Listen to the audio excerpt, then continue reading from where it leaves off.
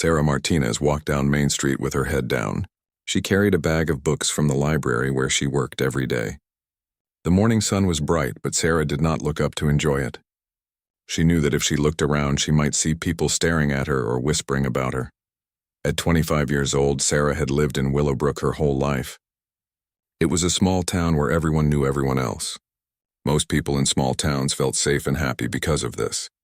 But for Sarah, it felt like living in a glass box where everyone could see her and judge her. Sarah was not like the other women in town. She was bigger than most of them. Her clothes were always clean and neat, but they could not hide her size. Some people in town called her names behind her back. Others would look at her and shake their heads. A few brave ones would even make jokes about her when they thought she could not hear them. The worst part was not the strangers who were mean to her. The worst part was that people she had known since she was a little girl treated her this way. Mrs. Thompson, who used to give her cookies when she was 5 years old, now looked at her with pity. Mr. Johnson, who taught her in high school, would not make eye contact with her anymore. Even some of her old classmates would cross the street to avoid talking to her. Sarah reached the library and opened the heavy wooden door. The smell of old books and fresh coffee filled her nose. This was her safe place. Here, between the tall shelves full of stories and knowledge, she felt like she could breathe again. "Good morning, Sarah," called out Mrs. Peterson, the head librarian. She was a kind woman in her 60s who had given Sarah her job 3 years ago. Mrs. Peterson was one of the few people in town who treated Sarah with real kindness. "Good morning, Mrs. Peterson," Sarah replied with a small smile. It was the first real smile she had shown all morning.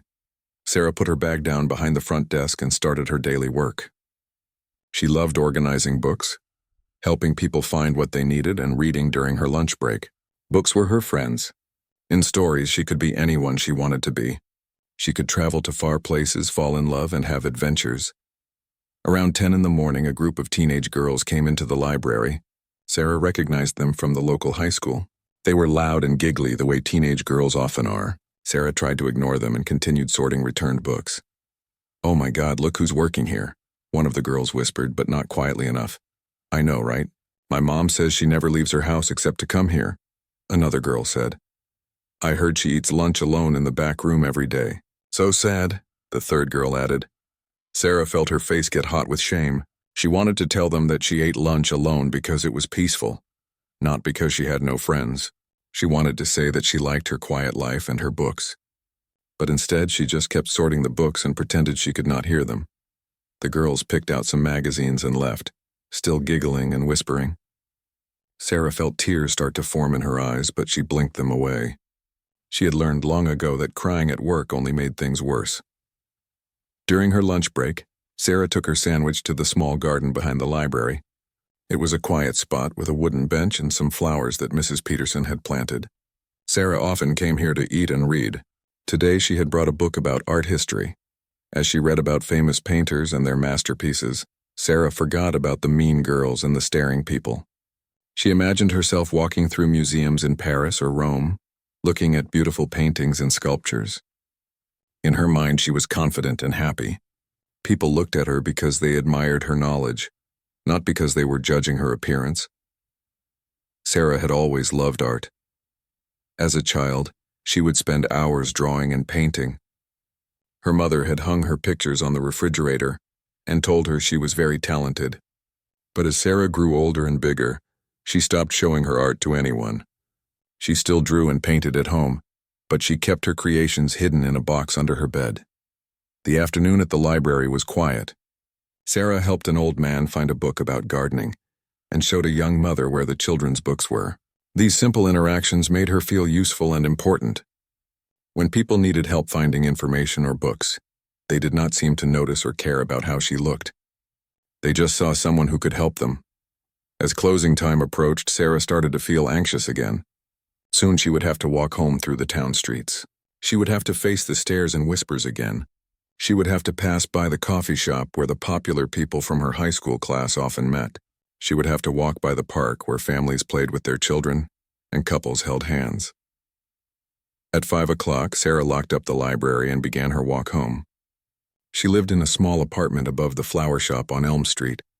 It was not much, but it was hers. She had her books, her art supplies, and her cat named Whiskers. It was a simple life, but it was peaceful. As she walked, Sarah thought about her dreams. She had always wanted to travel and see the world. She wanted to visit art museums and historical places. She had been saving money from her library job for years, hoping that someday she would be brave enough to take a trip somewhere far away from Willowbrook. But every time she thought about leaving, she felt scared. What if people in other places treated her the same way? What if she was not brave enough to be alone in a strange place? What if she was better off staying where she was, even if it was not always comfortable? Sarah reached her apartment and climbed the narrow stairs to her door. Tomorrow would be another day just like today. She would walk to work with her head down, spend her day surrounded by books, and walk home trying to ignore the world around her. But sometimes, late at night when she was painting or reading, Sarah allowed herself to dream of a different life, a life where people saw her for who she really was inside, a life where she was brave and confident and happy. She did not know if such a life was possible for someone like her, but she held on to the dream anyway. It was all she had. The news spread through Willowbrook like wildfire. Someone new was coming to town. Not just any someone, but a successful architect from the big city. He was going to fix up the old courthouse that had been empty for 10 years. Sarah heard about it from Mrs. Peterson at the library. The older woman was excited as she sorted through the morning mail. "His name is Marcus Chen," Mrs. Peterson said, holding up an official-looking letter. "He wrote to ask about historical records of the courthouse. Says he wants to restore it properly, keeping all the original details." Sarah looked up from the computer where she was updating the book catalog. The courthouse was a beautiful old building right in the center of town. It had tall columns and detailed stonework that made it look important and grand. But it had been falling apart for years. The roof leaked, the windows were broken, and weeds grew around the steps. "That sounds wonderful," Sarah said. She had always loved old buildings. There was something about their history and craftsmanship that fascinated her. "When is he coming?" "Next week," Mrs. Peterson replied.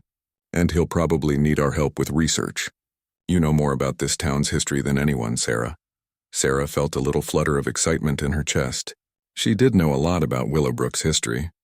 She had read every old newspaper, every record book, and every historical document in the library. It was one of her favorite subjects. The following Monday morning, Sarah was organizing books in the history section when she heard the library door open. She looked up and saw a man she had never seen before. He was tall with dark hair and kind eyes. He wore nice clothes, but not the fancy suit kind that some city people wore when they came to town. He looked around the library with genuine interest. "Excuse me," the man said, walking over to Sarah. "I'm looking for information about the old courthouse. I was told this library might have historical records." "Yes, we do," Sarah replied, feeling suddenly nervous. "Are you the architect?" "Mr. Chen." "That's me," he said with a warm smile. "Marcus Chen, and you are?" "Sarah Martinez. I work here," she said quietly. She waited for him to look her up and down the way most strangers did. She waited for his smile to change or his eyes to judge her. But Marcus just kept looking at her face with the same friendly expression. "Great to meet you, Sarah. Mrs. Peterson told me in her letter that you're the local history expert. I could really use your help." Sarah felt surprised. Mrs. Peterson had called her an expert? She had never thought of herself that way, but she supposed she did know quite a lot about the town's past. "What do you need to know?" Sarah asked, leading Marcus toward the historical section. "Everything," Marcus said with a laugh. "When was the courthouse built? Who designed it? What materials were used? Have there been any changes over the years? I want to restore it exactly the way it was meant to be." For the next 2 hours, Sarah showed Marcus everything they had. Old photographs, building plans, newspaper articles from when the courthouse was first built in 1892. Marcus asked smart questions and took careful notes. He seemed genuinely interested in every detail Sarah shared. "This is amazing," Marcus said, looking at a photograph from 1895 that showed the courthouse when it was new. "Look at these decorative elements on the front columns. And this ironwork around the windows. Such beautiful craftsmanship." Sarah found herself relaxing as they talked. Marcus treated her like a colleague, someone whose knowledge mattered. He did not seem to notice or care about anything except what she could tell him about the courthouse. "There's one more thing," Sarah said, hesitating. "I have some sketches at home. I drew the courthouse from different angles, trying to capture details that might be lost. They might help you see things that don't show up clearly in the old photographs." "You're an artist?" Marcus asked, looking interested. Sarah felt her face get red. Just a hobby, she said quickly. I'm not very good. I'd love to see them if you don't mind sharing. Artists often notice architectural details that others miss. That evening, Sarah went home feeling more excited than she had in months. She pulled out her sketchbook and looked at the drawings she had made of the courthouse. She had spent hours studying the building, drawing the carved faces above the doors, the pattern of the stonework, the way the light hit the columns at different times of day. The next morning, Sarah brought her sketchbook to work. She felt nervous about showing her art to anyone, but Marcus had seemed so genuine in his interest. When he came in around 10 o'clock, she was ready. These are incredible, Marcus said as he looked through her sketches. You've captured details here that I completely missed when I walked around the building yesterday. This carving above the east door, for example, and the way you've drawn the shadows shows me how the original builders planned for light to hit the facade. Sarah felt a warm glow inside. No one had ever praised her art before except her mother when she was little. Would it be possible for me to borrow these? Marcus asked. I promise I'll take good care of them. They'll really help with the restoration. You can keep them, Sarah said. I can always draw more. Over the next few days, Marcus became a regular visitor to the library. He always stopped to talk with Sarah about what he was discovering as he examined the courthouse. He told her about hidden details he found and asked for her opinion about various restoration choices. Sarah began to look forward to these conversations. Marcus was easy to talk to, and he made her feel like her thoughts and knowledge mattered. For the first time in years, she felt useful in a way that had nothing to do with just doing her job. Other people in town started to notice Marcus too. He was handsome and successful, and several single women tried to catch his attention. Sarah watched them flutter around him at the coffee shop and invite him to dinner. She felt a little sad, knowing that she could never be the kind of woman who caught a man like Marcus's eye. But Marcus seemed more interested in his work than in the women trying to impress him. He was polite but not encouraging. Sarah noticed that he spent more time talking to her about the courthouse than he spent talking to anyone else about anything. You know, Marcus said one afternoon as they looked at old city council meeting notes, I've restored a lot of buildings, but I've never had such good historical support. Most places I have to guess about original details. Here, between these records and your observations, I can be much more accurate. Sarah smiled. I'm glad I can help. The courthouse is such a beautiful building. It deserves to be restored properly. It does, Marcus agreed. And so do the people who care about preserving history. Thank you, Sarah. You're making this project much better than it would have been without you. As Sarah walked home that evening, she realized something had changed. For the first time in a long time, she was not thinking about the people who stared at her or whispered about her. Instead, she was thinking about Marcus and the courthouse and how good it felt to be helpful and valued. She did not know if this feeling would last, but for now, it was enough to make her walk a little taller and smile a little more. Maybe, just maybe, there were people in the world who would see her for who she really was inside. Marcus seemed to be one of those people, and that gave her hope. The town meeting was scheduled for 7 o'clock on a Thursday evening. Sarah had never attended one before. She usually avoided large gatherings where people might stare at her or whisper. But this meeting was different. It was about the courthouse restoration, and Marcus had specifically asked her to come. I might need you to explain some of the historical details, he had said earlier that day at the library. You know more about the building's original design than anyone else in town. Sarah felt nervous as she walked into the town hall. The room was already full of people. She recognized most of them from around town, including some who had been unkind to her over the years. She found a seat in the back row, hoping to stay invisible. Mayor Williams called the meeting to order and introduced Marcus. As Marcus stood up to speak, Sarah noticed how confident and professional he looked. He had prepared a presentation with old photographs and new plans for the courthouse restoration. Ladies and gentlemen, Marcus began, I'm honored to be working on this project. The Willowbrook Courthouse is a remarkable example of 1890s civic architecture. With proper restoration, it can serve the community for another 100 years. He showed photographs of similar courthouses that had been restored in other towns. The before and after pictures were amazing. Buildings that had looked old and tired became beautiful and proud again. However, Marcus continued, restoration is not just about making something look new. It's about understanding the original vision and bringing it back to life. That requires careful research and historical accuracy. Sarah watched as people in the audience nodded and seemed impressed with Marcus's presentation, but then Mr. Henderson, who owned the hardware store, raised his hand. "This all sounds very nice, Mr. Chen, but how do we know you're not just going to change everything and call it restoration? How do we know the building will still look like our courthouse?" Other people began to murmur agreement. Sarah could see that some people were worried about an outsider coming in and changing their town's most important building. Marcus looked calm despite the challenge. "That's exactly why historical research is so important," he said. "I don't want to change anything. I want to restore the courthouse to exactly what the original architects intended." Mrs. Hamilton, who had been the town secretary for 30 years, spoke up. "But Mr. Chen, with all due respect, how can someone from the city understand what our courthouse was really like? You've only been here a few weeks." Sarah felt her heart beating fast. She could see that people were becoming doubtful about Marcus's project. She knew he was trying to do the right thing, but the townspeople did not trust him yet. They thought he was just another outsider who would change things without understanding them. Marcus looked around the room and his eyes found Sarah in the back row. He gave her a small nod as if asking for help. Sarah took a deep breath. She had never spoken at a public meeting before. She had never even raised her hand in a room full of people. But she knew more about the courthouse than anyone in that room, and Marcus needed her support. Slowly, Sarah stood up. The room became quiet as people turned to look at her. She could feel their surprise. Sarah Martinez, the quiet librarian who kept to herself, was about to speak at a town meeting. "Excuse me," Sarah said, her voice shaking slightly. "I have some information that might help."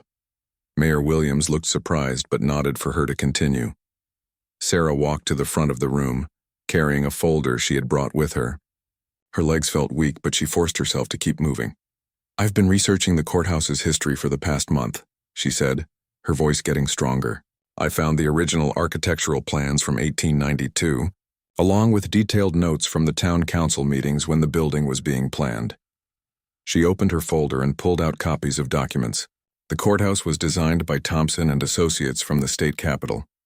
They specialized in civic buildings and were known for their attention to detail. Sarah spread the papers on the table where everyone could see them. "These are the original plans. You can see that many of the details we think of as changes were actually part of the first design. For example, the iron railings on the front steps were not added later. They were planned from the beginning." People began to lean forward to look at the documents. Sarah noticed that they were listening to her carefully now. "I also found newspaper articles from when the courthouse was finished," Sarah continued. "The town was very proud of the building. The newspaper called it a structure worthy of our growing community and an example of the finest craftsmanship available." She pulled out more papers. "But over the years, some changes were made that were not part of the original design. The windows on the second floor were replaced in 1954 with smaller ones. The front doors were changed in 1967. The decorative stonework above the main entrance was covered up in 1978, when they thought it looked too old-fashioned." Marcus smiled as Sarah spoke. She was explaining exactly what he had discovered in his architectural survey. But coming from a local person who had lived in Willowbrook all her life, the information carried more weight with the townspeople. "Mr. Chen's restoration plans," Sarah said, looking at Marcus gratefully, "will bring back the courthouse the way our great-grandparents saw it when it was new. He's not changing it. He's returning it to what it was always meant to be." Mr. Henderson raised his hand again. "Sarah, how do you know all this? Where did you find these documents?" "They've been in our library the whole time," Sarah replied. "In the historical archives. I've been going through everything we have, piece by piece. Most people don't realize how much local history we have stored there." Mrs. Hamilton looked embarrassed. "I had no idea those records existed. I wish I had known about them when we were trying to remember what the courthouse looked like originally." "That's my fault," Sarah said quickly. "I should have been better about letting people know what resources we have available." Mayor Williams stood up. "Sarah, this is incredible work. Mr. Chen, it sounds like you have excellent local support for this project." "I do indeed," Marcus said, looking at Sarah with admiration. "Miss Martinez has been invaluable. Her research has made it possible for me to plan a restoration that's both historically accurate and respectful of the community's heritage." People in the audience began to applaud. Sarah felt her face get red, but this time it was from pride instead of shame. She had never been applauded for anything before. As the meeting continued, several people asked Sarah questions about other historical details. She was able to answer most of them from memory. By the end of the evening, the town had voted unanimously to approve Marcus's restoration plans. After the meeting, people came up to Sarah to thank her and compliment her research. Mrs. Hamilton apologized for doubting the project and asked if Sarah would be willing to help with other historical questions around town. "I never knew you were such an expert on local history," said Mrs. Cooper, whose family had lived in Willowbrook for 4 generations. "I just love reading about the past," Sarah replied modestly. As people began to leave, Marcus approached Sarah. "Thank you," he said simply. "I could not have done that without you." "I'm glad I could help," Sarah said. "I was nervous about speaking in front of everyone." "You were amazing," Marcus said. "The way you presented that information, you made it clear that this project is about preserving Willowbrook's heritage, not changing it." That's exactly what people needed to hear.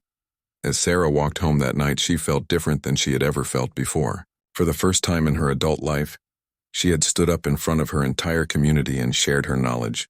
People had listened to her. They had respected what she had to say. She thought about the looks on people's faces when she was speaking.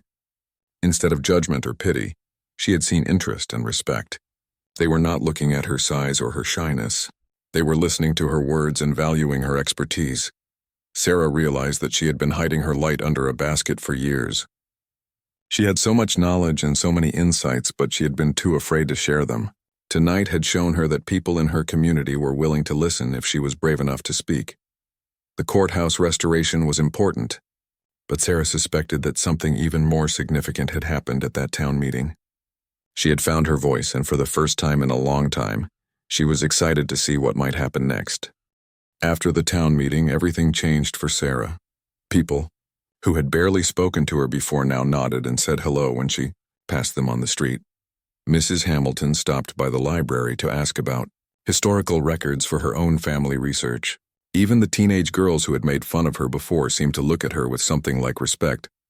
But the biggest change was in her friendship with Marcus. What had started as a professional relationship helping with courthouse research had grown into something deeper. Marcus came to the library almost every day, not just to look up information, but to talk with Sarah about ideas, dreams, and life in general. "You know," Marcus said one afternoon as they sat in the library's garden during Sarah's lunch break, "I've worked on restoration projects in a lot of different towns, but I've never felt as connected to a place as I do here." Sarah looked up from the sandwich she was eating. "Really? But you're from the big city. I would think a small town like this would feel boring to you." Marcus shook his head. "Not boring at all. There's something special about a place where people care about their history and want to preserve it. And there are some pretty interesting people here too." Sarah felt her cheeks get warm.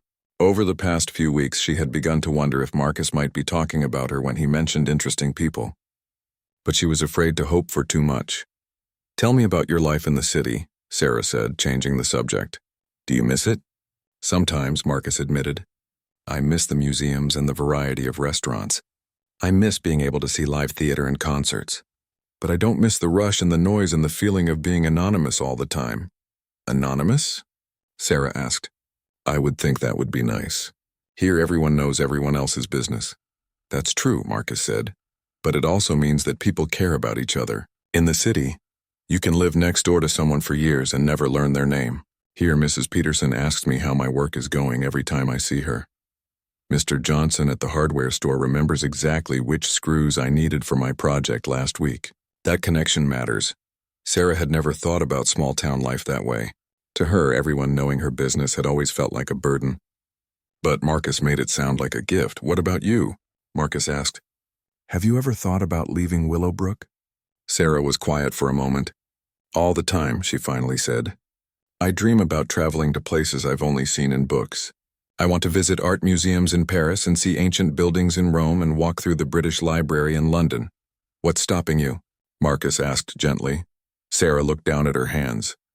How could she explain that she was afraid to be judged by strangers in new places? How could she tell him that she was scared she would not be brave enough to navigate unfamiliar cities alone? "I guess I've always been afraid," she said quietly.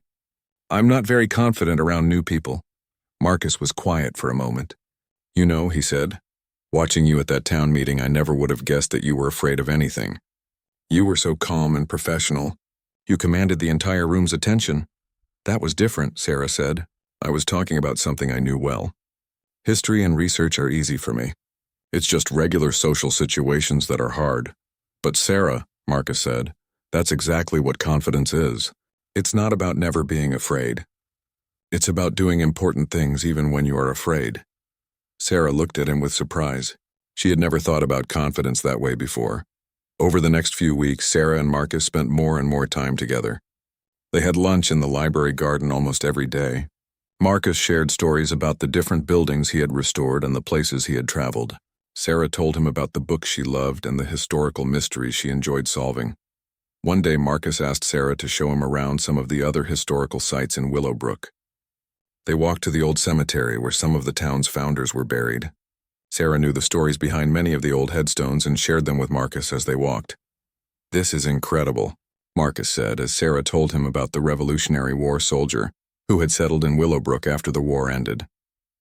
You're like a walking encyclopedia of local history. I just like stories, Sarah said with a small smile.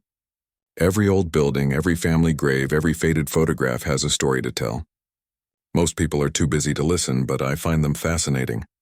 As they walked through the cemetery, Marcus suddenly stopped. Sarah, can I ask you something personal? Sarah felt nervous but nodded.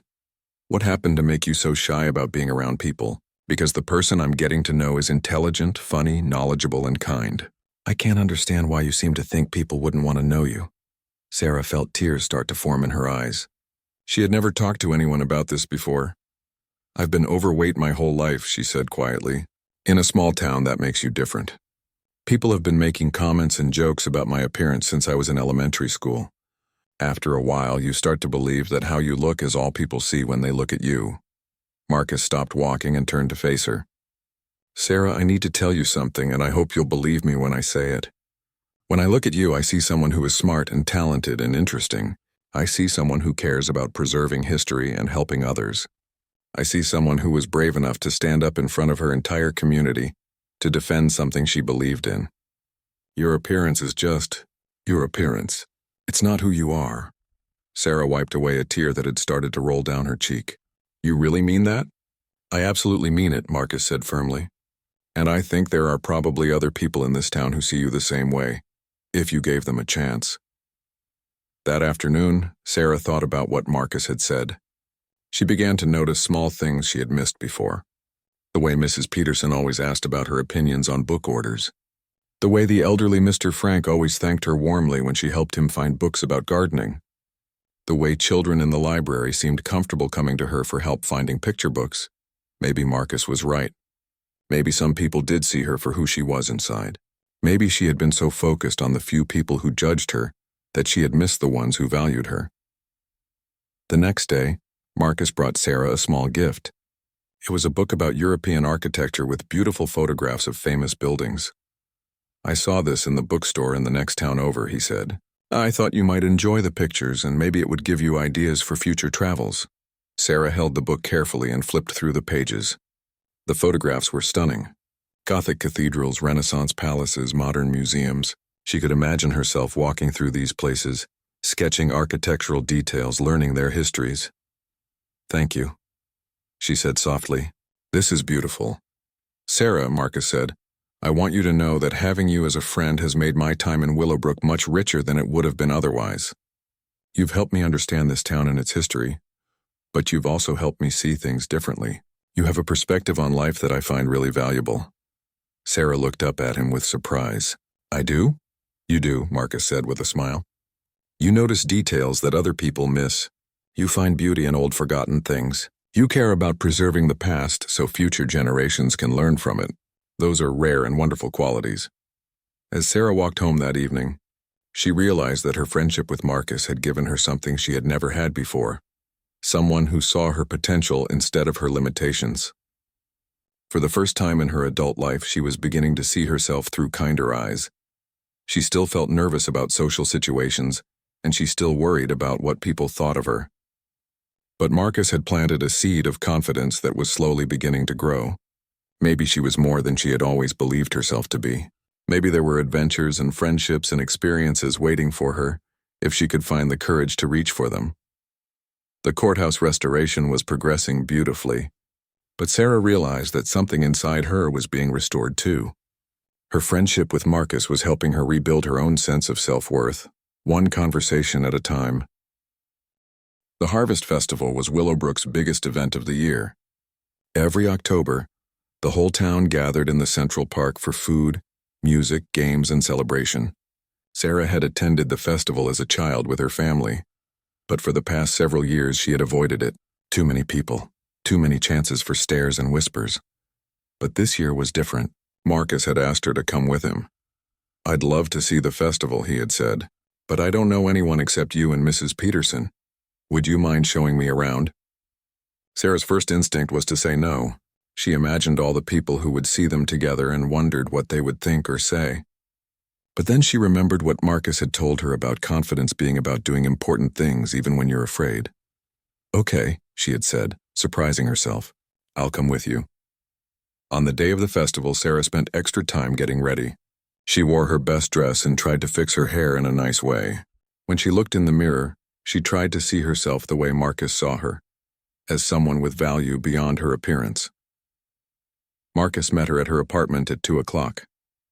He was wearing casual clothes and had a big smile on his face. "Ready for the festival?" he asked. "I think so," Sarah replied, still feeling nervous. They walked to the park together. Sarah could hear the music and smell the food from several blocks away. When they arrived, the festival was in full swing. There were booths selling crafts and food, a small stage where local musicians were performing, and games for children. Families were sitting on blankets eating lunch, and groups of friends were laughing and talking together. "This is wonderful," Marcus said, looking around at all the activity. "It reminds me of festivals I went to when I was a kid." They walked around, looking at the different booths. Marcus bought some apple cider for both of them, and they listened to the local high school band perform on the stage. Sarah began to relax a little. Most people seemed too busy enjoying themselves to pay attention to her and Marcus.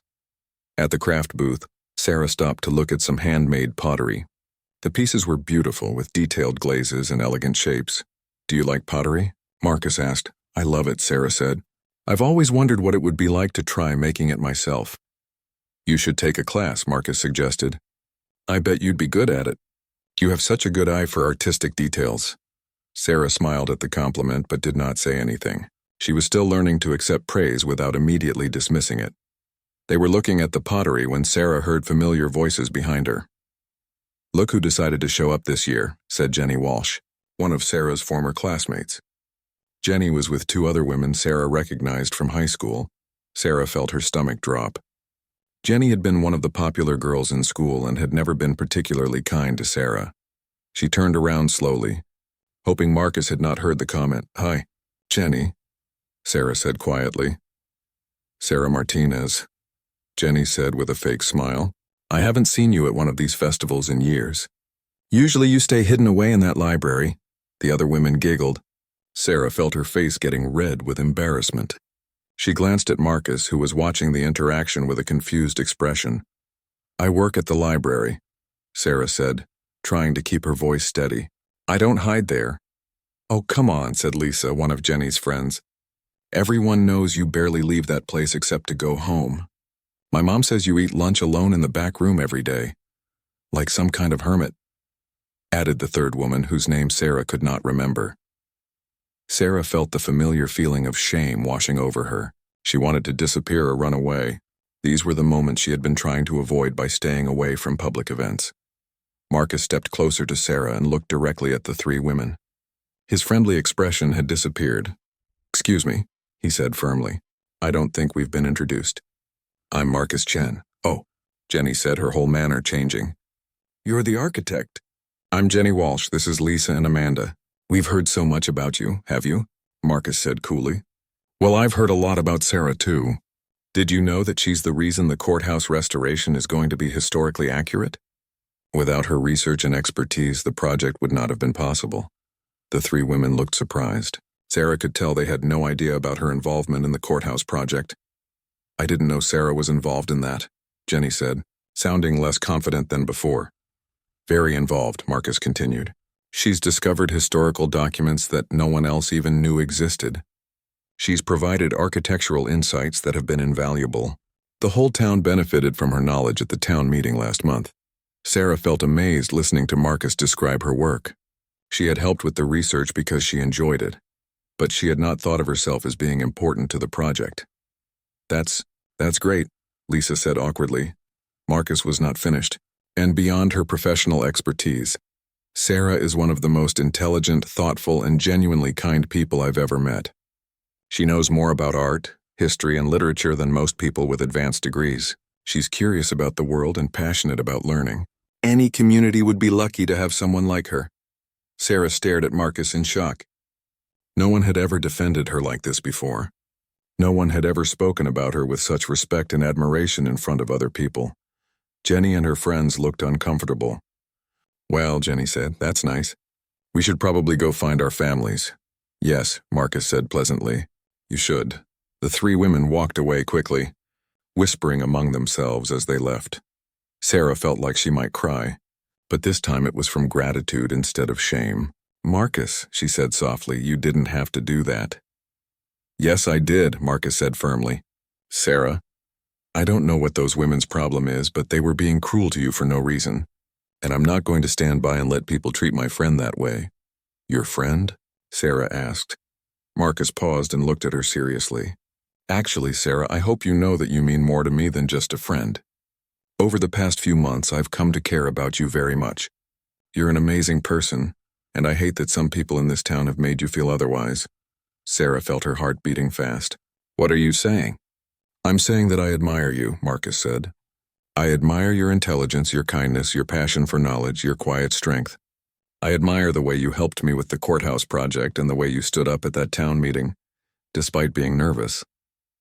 I admire your artistic talent and your curiosity about the world. He paused and took her hand gently.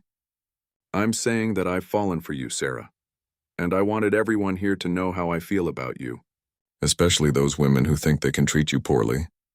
Sarah felt tears in her eyes, but they were happy tears. You've fallen for me? Completely, Marcus said with a smile. I know this might come as a surprise, but I hope it's a good surprise.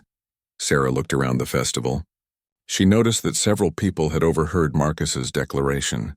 Some were staring in shock, others were smiling, and a few were nodding approvingly. Mrs. Peterson, who was working at the library booth, was beaming at them both. For a moment, Sarah felt scared about all the attention, but then she looked at Marcus's kind, honest face and realized that she did not care what anyone else thought. This wonderful man saw something valuable in her, and that was all that mattered. It's a very good surprise, Sarah said quietly. Marcus squeezed her hand. Good. Now would you like to get some of that famous festival apple pie? I hear Mrs. Johnson makes the best in 3 counties. As they walked toward the food booths together, hand in hand, Sarah felt like she was floating. For the first time in her adult life, someone had publicly declared that she was valuable and worthy of respect. Someone had defended her against cruel comments and praised her qualities in front of the whole community. The harvest festival continued around them, but Sarah barely noticed the noise and activity. All she could think about was Marcus's words and the way he had looked at her when he said them. She had spent so many years believing that no one could ever see past her appearance to the person she was inside. But Marcus had done exactly that, and he had done it publicly, proudly, and without hesitation. As they stood in line for apple pie, Sarah realized that this moment would change everything. Not just because Marcus had declared his feelings for her, but because he had shown the whole town that she was someone worth defending and celebrating. She would never forget the feeling of having someone stand up for her with such conviction and pride. The morning after the harvest festival, Sarah woke up feeling like she was living in a dream. Marcus had walked her home the night before, and they had talked for hours on her small balcony. For the first time in her life, Sarah had felt truly seen and valued by someone special. But when she walked to work that morning, reality began to set in. The looks she received from people on the street were different than usual, but not all of them were kind. Some people smiled and nodded at her with what seemed like new respect. Others stared at her with curiosity or confusion. A few looked at her with something that might have been disapproval. At the library, Mrs. Peterson greeted Sarah with a huge smile. "Oh, my dear," the older woman said. "What a wonderful thing that happened yesterday. That young man thinks the world of you, and he's absolutely right to feel that way." Sarah felt her cheeks get warm. "Thank you, Mrs. Peterson. And about time too," Mrs. Peterson continued. "I've been watching you hide your light under a bushel for years. It's good to see someone recognize what a treasure you are." But not everyone in town felt the same way as Mrs. Peterson. Around mid-morning, Sarah overheard two women talking in the biography section of the library. "I just don't understand it," one of them was saying. "He's so handsome and successful. He could have any woman in town." "I know," the other replied. "Jenny Walsh has been trying to get his attention for weeks. And that new teacher, Miss Roberts, she's very pretty and cultured. Why would he choose Sarah Martinez?" "Maybe he feels sorry for her," the first woman suggested. "You know, like a charity case." Sarah felt like someone had punched her in the stomach. She quickly walked away from that section of the library. But the words followed her. Was that what people thought? That Marcus was with her out of pity? The doubts that had been quiet since the festival began to grow louder in her mind. She had always wondered why someone like Marcus would be interested in someone like her. Maybe these women were right. Maybe she had misunderstood his kindness. When Marcus came to the library that afternoon, Sarah found it hard to look him in the eye. "Is everything okay?" he asked, noticing her quiet mood. "I'm fine," Sarah said, but her voice sounded flat even to herself. Marcus studied her face carefully. "Sarah, what's wrong?" "Did something happen?" Sarah hesitated.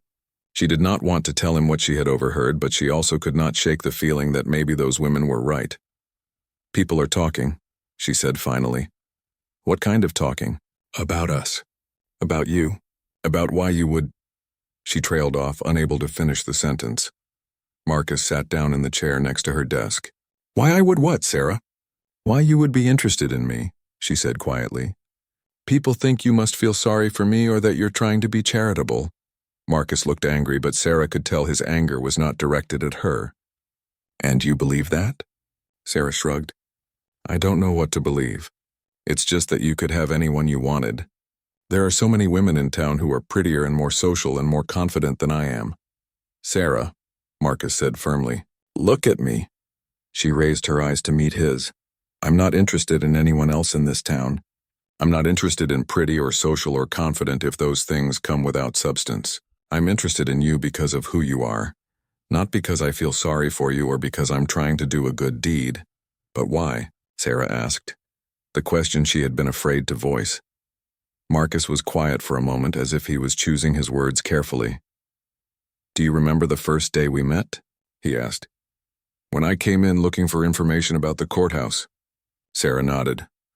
"Most people would have just pointed me to the history section and let me figure it out myself. But you spent 2 hours with me, sharing everything you knew, pulling out documents I never would have found on my own.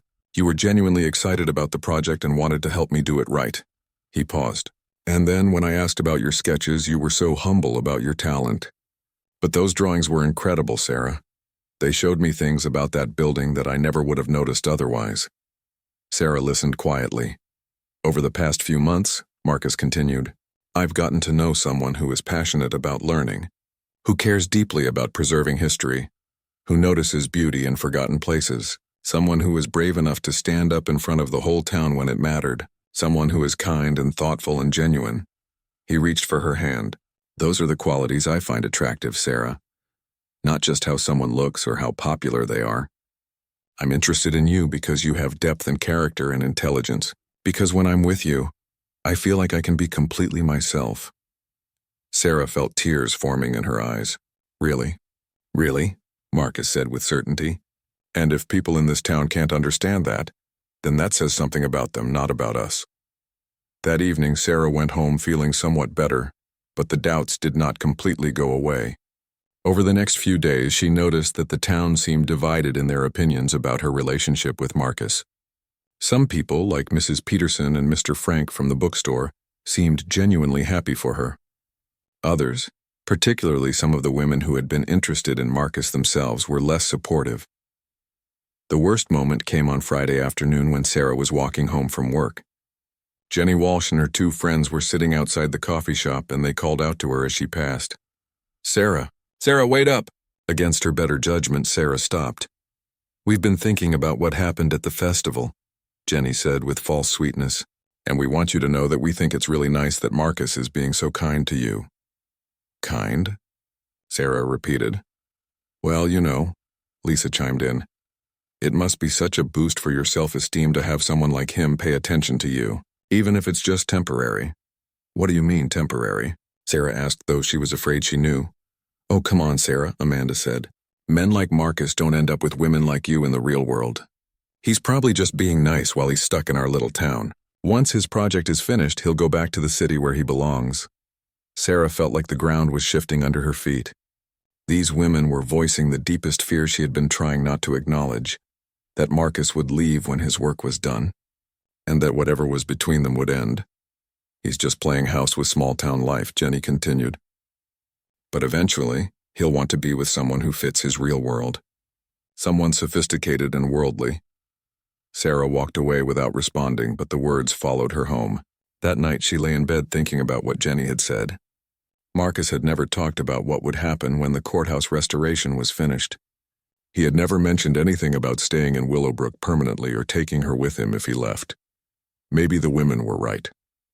Maybe this was just a temporary thing for him, a sweet interlude in a small town before he returned to his real life. The next day, Sarah found it hard to concentrate at work. When Marcus came to the library, she was polite but distant. Sarah, you're scaring me, Marcus said after a few minutes of stilted conversation. Please tell me what's going on. Sarah looked at him and felt her heart breaking a little. What happens when the courthouse is finished? She asked quietly. Marcus looked surprised by the question. What do you mean? I mean, what happens to us? Do you go back to the city? Do I stay here and pretend this never happened? Understanding dawned on Marcus's face. Oh, Sarah, is that what you're worried about? People are saying that this is just temporary for you, Sarah said, the words tumbling out. That you're just playing around with small-town life until you can go back to where you really belong. Marcus was quiet for a long moment. And you believe that? I don't know what to believe, Sarah said honestly. I've never been in a situation like this before. I don't know how these things work. Marcus pulled his chair closer to Sarah's desk. Sarah, I need to be honest with you about something. I haven't talked about the future because I didn't want to pressure you, but since you're asking, I'll tell you what I've been thinking. Sarah held her breath. I've been hoping, Marcus said carefully, that maybe you might consider coming with me when I finish here. Or maybe I could find ways to work on projects closer to Willowbrook so I could stay near you. I know it's a big change to think about, and I don't want to rush you into anything.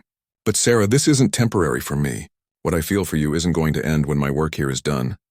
Sarah stared at him in surprise. She had been so focused on the possibility that he would leave her behind that she had never considered that he might want her to be part of his future. You would want me to come with you? She asked. Only if that's what you wanted too, Marcus said. I know leaving Willowbrook would be scary. But Sarah, there's a whole world out there full of the museums and historical sites and art galleries you dream about. We could see them together. For the first time since the Harvest Festival, Sarah felt a spark of real hope. Maybe the people who were spreading doubts about their relationship were wrong. Maybe Marcus really did see a future with her. But even as hope began to grow, Sarah realized that she had some serious thinking to do. Was she brave enough to leave everything familiar behind for a chance at a bigger life? And more importantly, was she strong enough to ignore the voices telling her that she was not? The announcement appeared on the library bulletin board on a Monday morning in early November. The Willowbrook Community Art Show was looking for local artists to display their work. The show would be held in the restored courthouse as its first public event. Prizes would be awarded for different categories, and all the artwork would be displayed for the entire month of December. Sarah read the announcement 3 times before the words really sank in. An art show, in the courthouse that she had helped research, where people could see and judge creative work. Thinking about entering, Mrs. Peterson asked, appearing beside Sarah with her morning cup of coffee. Oh no, Sarah said quickly. I'm not a real artist. I just draw as a hobby. Mrs. Peterson looked at her with the same expression she used when people claimed they did not need to read books because they were not scholars. Sarah Martinez, she said firmly, I have seen your sketches of the courthouse. That young man Marcus raved about your artistic eye and attention to detail. If that's not real art, I don't know what is. Sarah felt a familiar flutter of fear in her stomach. But what if people don't like my work? What if they think it's not good enough? What if they love it? Mrs. Peterson countered. What if you're more talented than you realize? That afternoon, Marcus found Sarah sitting in the library garden with the art show announcement in her hands. Penny for your thoughts, he said, settling down on the bench beside her.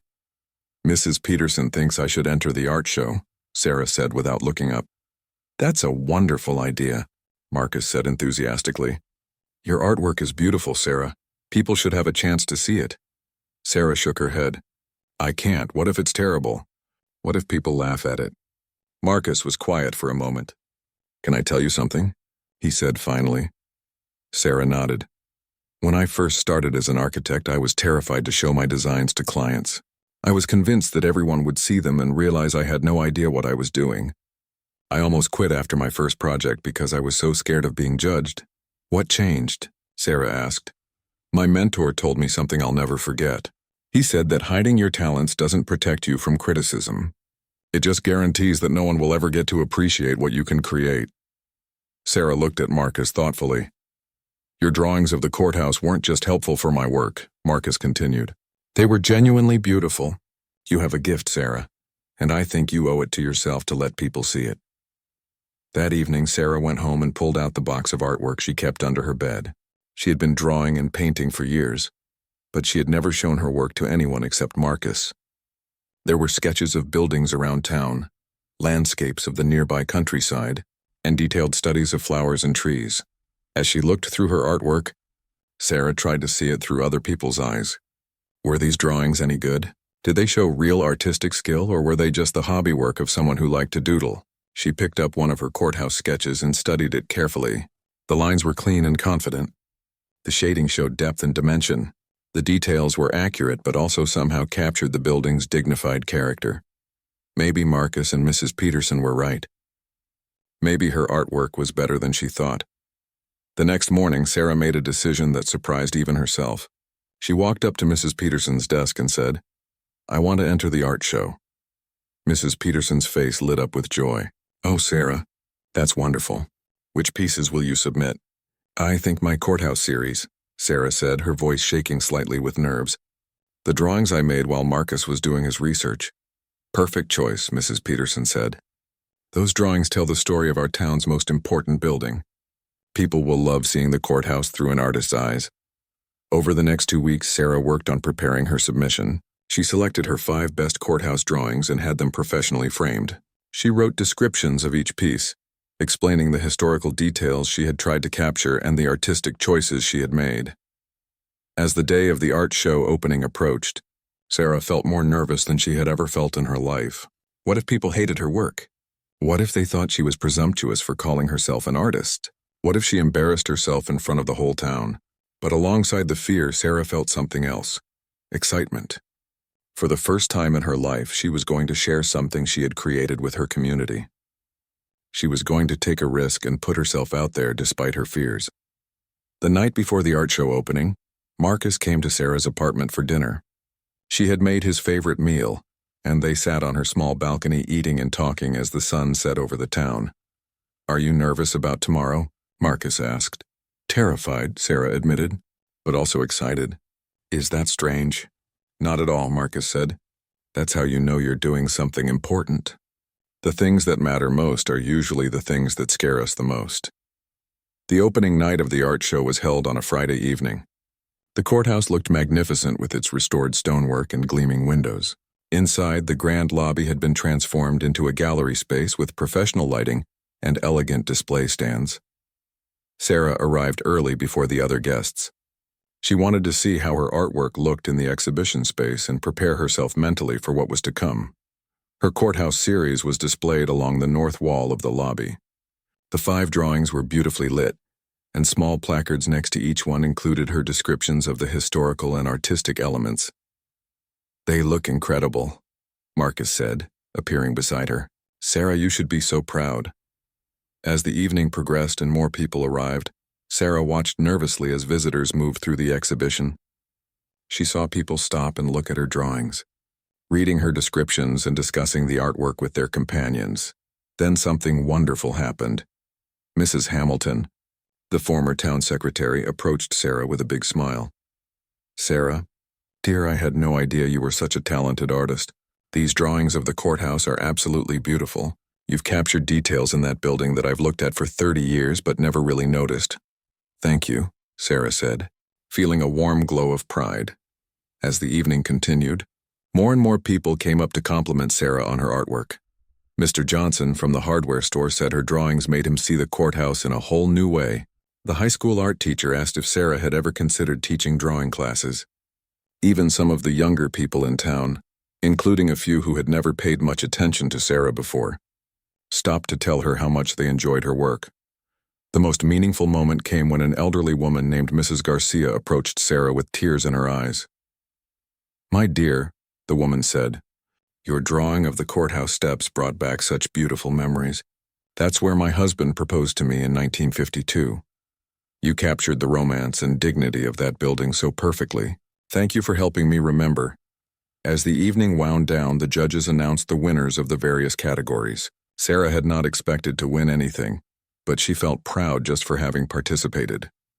The winner of the historical documentation category, the head judge announced, for artwork that best captures and preserves our community's heritage, is Sarah Martinez for her series Willowbrook Courthouse, an architectural portrait. Sarah felt like the room was spinning. She had won. Her artwork had been judged worthy of recognition. People were clapping for her, and Marcus was beaming with pride beside her. As she walked up to accept her small trophy, Sarah looked out at the crowd of people who had come to see the art show. Some of these people had ignored her or judged her for years, but tonight, they were applauding her talent and celebrating her contribution to the community. After the official ceremony, people continued to approach Sarah to congratulate her and discuss her artwork.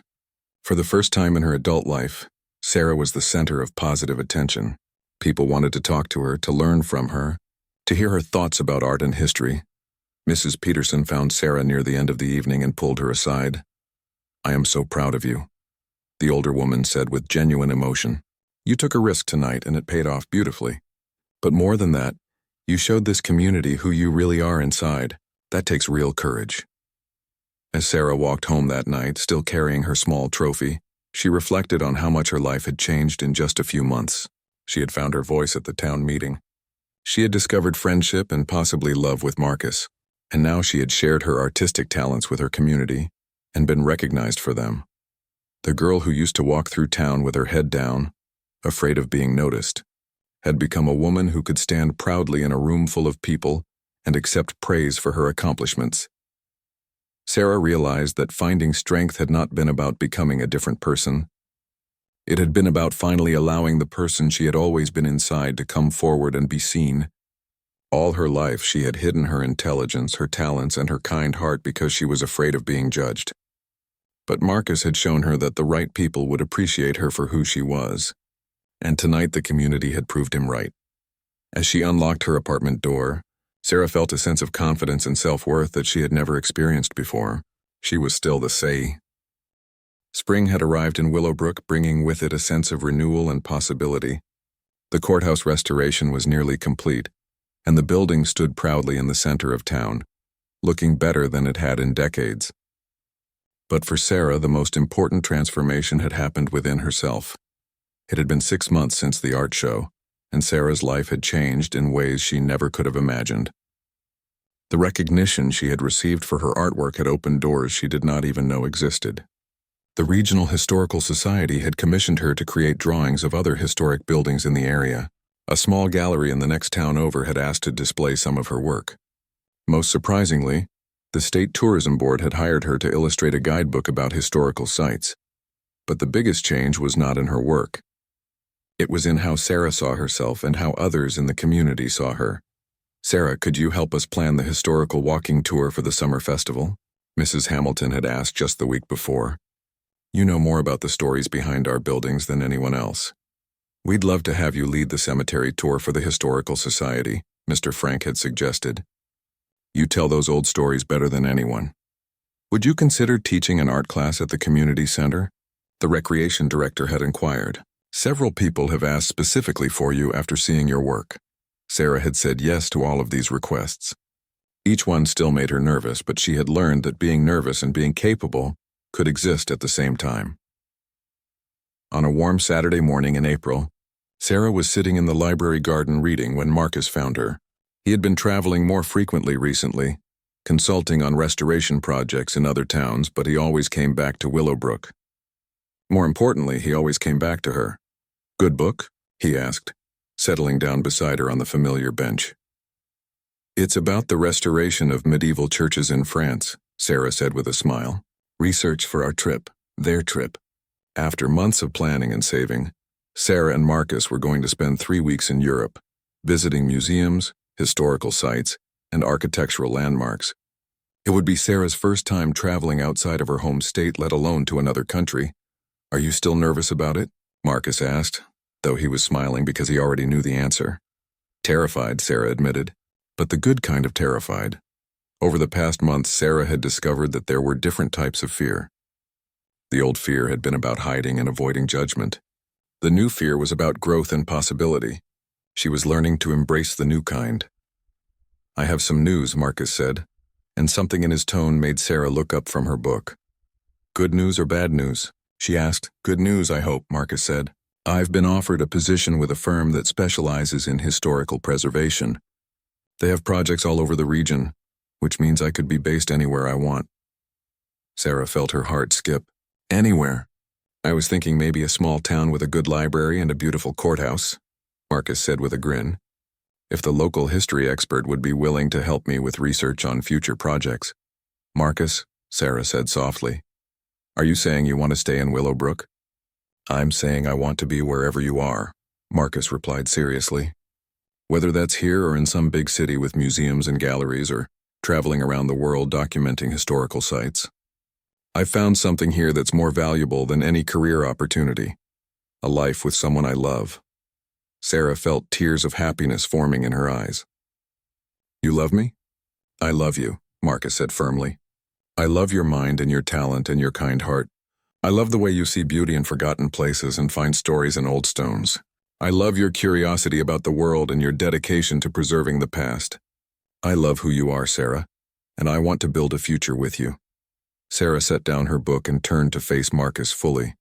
6 months ago, she would never have believed that someone could love her the way Marcus described. She had spent so many years focusing on her limitations that she had forgotten she had strengths worth loving. "I love you too," she said, and the words felt as natural as breathing. Marcus reached into his jacket pocket and pulled out a small velvet box. Sarah's breath caught.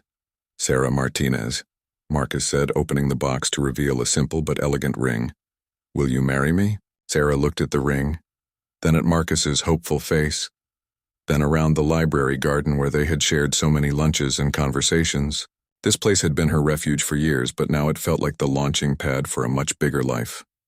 "Yes," she said without hesitation. "Yes, absolutely, yes." As Marcus slipped the ring onto her finger, Sarah thought about how much had changed since that first day he walked into the library looking for information about the courthouse. She had been so afraid then, so convinced that she was not worthy of attention or love or respect. But Marcus had seen something in her that she had not been able to see in herself. He had encouraged her to share her knowledge, to display her artwork, to step out of the shadows and into the light. More importantly, he had loved her for exactly who she was, not who she might become or who others thought she should be. The news of their engagement spread through Willowbrook quickly, as news always did in small towns. But this time, the response was overwhelmingly positive. Mrs. Peterson cried happy tears and immediately began planning an engagement party at the library. Mrs. Hamilton offered to help with wedding planning. Even some of the people who had been less than kind to Sarah in the past came forward to offer congratulations and support. "I always knew you were special," Jenny Walsh said when she saw Sarah at the grocery store. Though they both knew this was not exactly true. "Marcus is lucky to have you." Sarah had learned to accept these kinds of comments gracefully. She understood that people sometimes needed to revise their memories to make themselves feel better about past behavior. What mattered was not what people had thought of her before, but how they treated her now. The wedding was planned for late summer, after Sarah and Marcus returned from their European trip. It would be a small ceremony in the courthouse, surrounded by the building that had brought them together. Sarah had asked Mrs. Peterson to give her away, since the older woman had been more of a mother figure to her than anyone else in recent years. As summer approached, Sarah found herself busier than she had ever been in her life. She was finishing her illustrations for the tourism guidebook, preparing for the European trip, planning a wedding, and getting ready to teach her first art class at the community center. But she was not overwhelmed. Instead, she felt energized and alive in a way she never had before. Each new challenge was an opportunity to grow and learn and contribute to her community. One evening in June, as Sarah was working on a drawing in her apartment, she received a phone call that surprised her. "Sarah, this is Dr. Williams from the State University. I'm calling about your illustrations for the Historical Tourism Guide. We've been very impressed with your work." "Thank you," Sarah said, wondering why a university professor would be calling her. "I'm wondering if you'd be interested in teaching a course for us." Dr. Williams continued, "We're looking for someone to teach art and historical documentation to our graduate students in the preservation program. Your combination of artistic skill and historical knowledge is exactly what we need." Sarah almost dropped the phone. "A university wanted her to teach?" "I don't have any formal teaching experience," Sarah said. "But you have knowledge and talent," Dr. Williams replied. "And from what I understand, you've been sharing that knowledge informally with your community for years. We'd provide support and training for the teaching aspects." After she hung up the phone, Sarah sat quietly for a long,